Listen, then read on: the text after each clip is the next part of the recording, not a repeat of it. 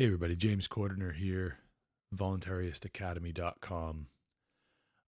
Thanks for tuning in. This will be technically episode number 2, and I just wanted to recap what I recorded Lysander Spooner's The Science of Justice, Natural Law, his essay. Hopefully you've listened to that. If not, go back and listen to it. There'll be a link in the show notes to go there.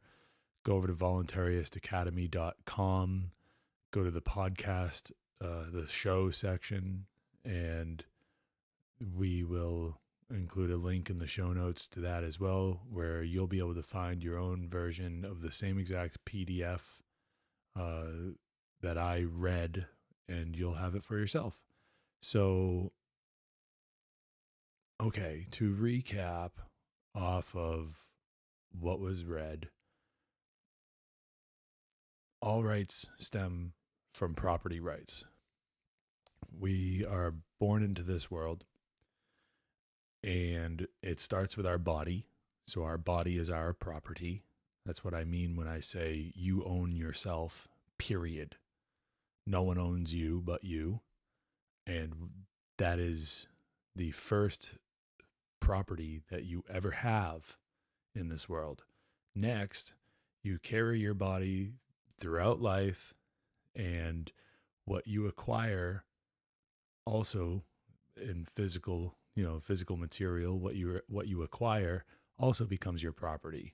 But how is it rightfully your property? Well, you acquire it by negotiating and contracting with others, and you have an exchange. And in that exchange, no harm is initiated. That's very important.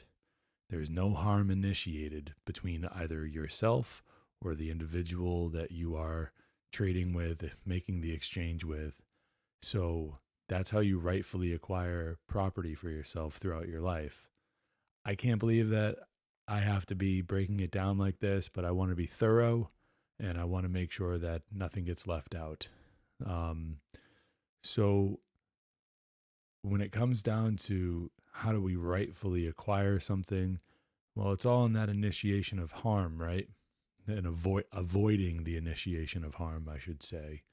And this is what objective morality really comes down to. This is what morality really is. It's the difference between right and wrong. It's a standard set by the universe itself. We don't get to decide. That's why natural law can also be called the laws of behavioral consequence. See, morality in this aspect isn't from a theological standpoint. It's simply from a behavioral standpoint, where us as conscious beings can learn lessons throughout life, and then we can apply a little foresight from the lessons that we have behind us. That's why it's a science, is because it's observable in nature. We've experimented with it enough throughout human history. We've experienced the same outcomes. We've tried the same experiments. We've gotten the same outcomes. It's a science.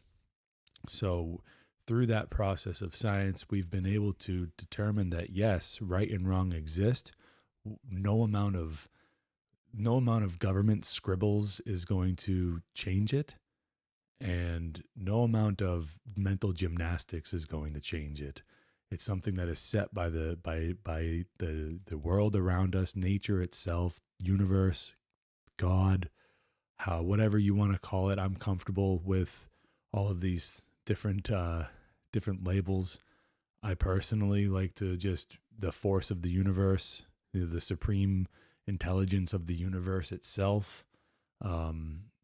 So that's where our rights come from as individuals, and that's also what sets the standard of right and wrong behavior and the difference between the two. So we can, again, just to recap, we can learn this through observation of our own behavior through the past, and we can learn the lesson and apply it to the future. And we can avoid doing harm because we know we've all felt it, right? You have felt it. You've felt what the pain and the sting of having something stolen from you, because that's really all it comes down to is theft. And why would you want to do that to somebody else? Why would you want to? Why would you want to potentially put somebody through that kind of feeling? You felt it yourself. Why would you want to do that to somebody else? So we use our conscious abilities and our conscience to understand that we shouldn't put others through that type of harm, and we shouldn't initiate that against other, frankly, other sentient beings. So I kind of wanted to just recap, Lysander Spooner's take on natural law. It was tough to get through because of the old, I'll call it old timey English, uh, that some of it was put, some of it was written in, and I hope that the message translates to the modern time. But there's many different ways that we can translate that to the modern time, and also on top of what I read and what Lysander Spooner wrote, there's a lot more that we've learned since then from observation of nature, our interactions within it, and we've been able to add to it and really kind of narrow down exactly the types of actions that we can avoid. And it's actually very simple and there's actually very few things that we need to be able to avoid doing in order to not initiate that harm to other sentient beings. And it goes a little something like this: the real seven deadly sins, as some call it. If you're familiar with my old website, it's no longer up, unfortunately. I took it down so I could make room for voluntaristacademy.com. But my old website, I had it right on the front page. It was the real seven deadly sins, instead of the ones that the religions would have you believe are the seven deadly sins. The real ones are murder, rape, assault, trespass, theft, coercion, and deception. And all it really boils down to, at the end of the day, these are all forms of theft. These are all forms of taking something that is not yours against another person's will. It's wrong. And I would say almost damn near 100% of the suffering that our species is going through, and we keep leading the way toward, we keep going toward more and more suffering, is because in the aggregate, we can't seem to avoid doing these things. And that's going to cause some real problems in the long run. So keep that in mind going forward. I mean, these are the basic tenets of what it takes to be a voluntarist: learning how to avoid the initiation of harm, and gaining consent, and making sure that everyone that's involved in whatever interactions you may have, everyone's there according to their own free will, and the door is open for them to leave should they choose.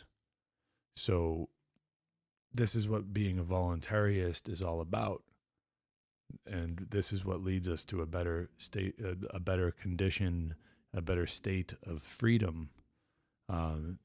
Big capital S state, and not the lowercase s state of, say, the slavery and the government state would be the lowercase s state. Uppercase, capital S state would be what state our condition is. What state are we at? What state are we in as far as our living conditions, And so I wanted to keep this brief. I have some pretty big plans for the future of this channel and the podcast and everything.